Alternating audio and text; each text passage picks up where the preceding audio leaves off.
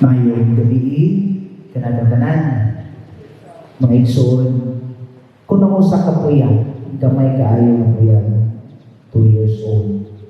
Maningkamot sa iyang paghungit, sa iyang pagkaon sa lamisa, unya magkamulitsi, di magkadimako ang igsura. Apan, anaaya pagpaningkamot sa iyang pagkaon, malibay kayo ang ginikanan ni anak. Kaya naaayahang tinguha nga siya magkakaon. Mga igsoon,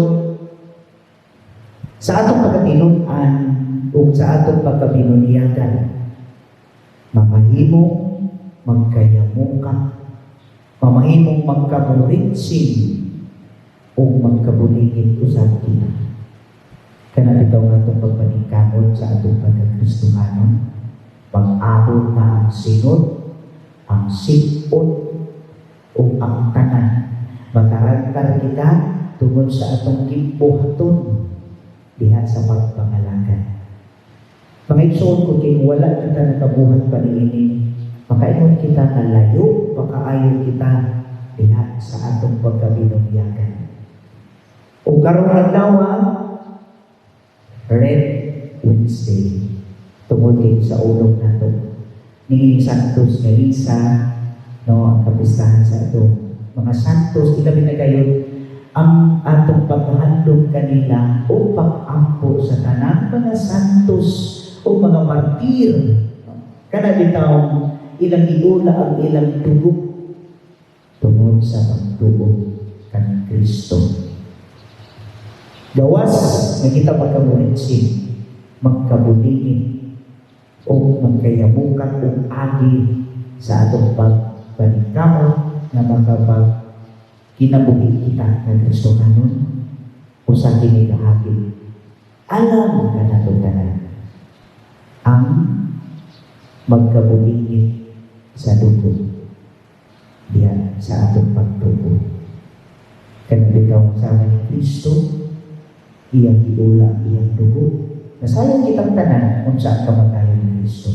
Nasayang kitang tanan unsa ang kamatayon sa mga martir nga atong mga igsoon. Dili man na ingon nga ilang na pareho kitang tanan magtutuo ni Kristo, mga binunyagan usab kita. So, dili lang tanan para kanila kundi alam natong tanan. Dili lang ta kita magpamartir sa mga nobyo o nobya, bana o asawa, kundi mas labing maninungdanon na magpakamartir kita alam kanila. Mga igsoon, atong i-dedicate tinuod karon ang adlaw sa atong pag-ampo alam kanila.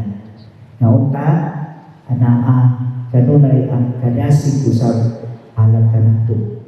Mamisan pa lang sa tanang kalisod sa kinabuhi diha sa ato ang matagsatak sa gagawalingon.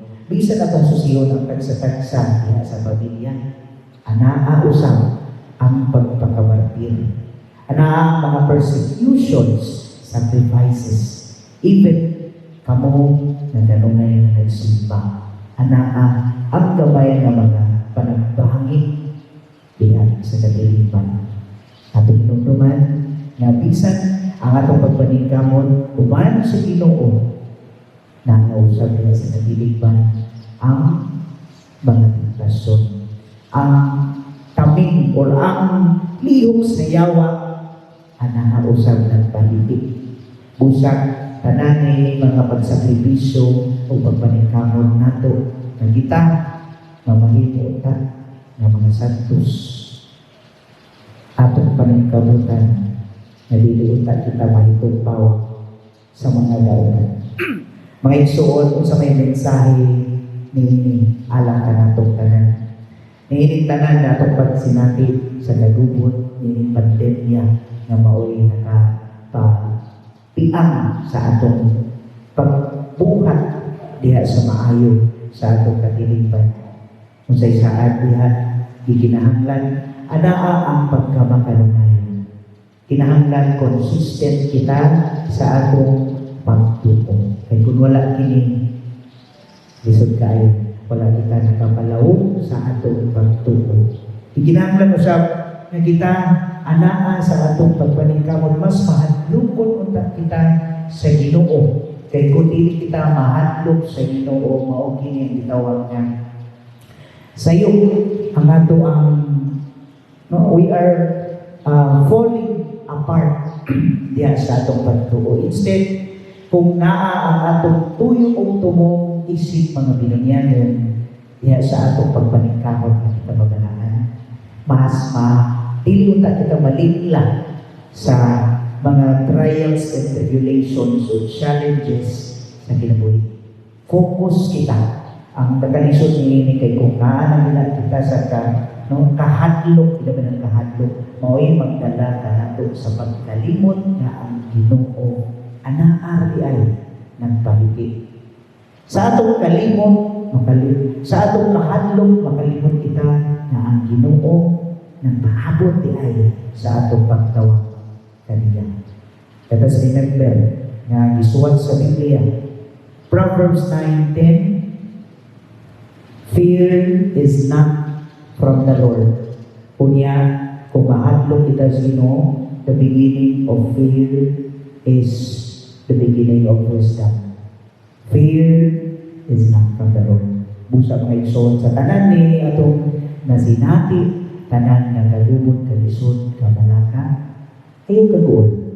Kaya Ginoo, anaa siya sa kanunay sa pag-provide. Alam ka na to. Busang hagit na to rin tanan, magmadasigod kita sa kanunay. Magmalig-o kita, magpalaw kita sa atong pagtuo kaniya. Kung kay kita, tanan mga binunyagan man, magmasaligod kita, bahalang magkamupinsig, magkalugo, diha sa atong pagtuo. Pinapataw.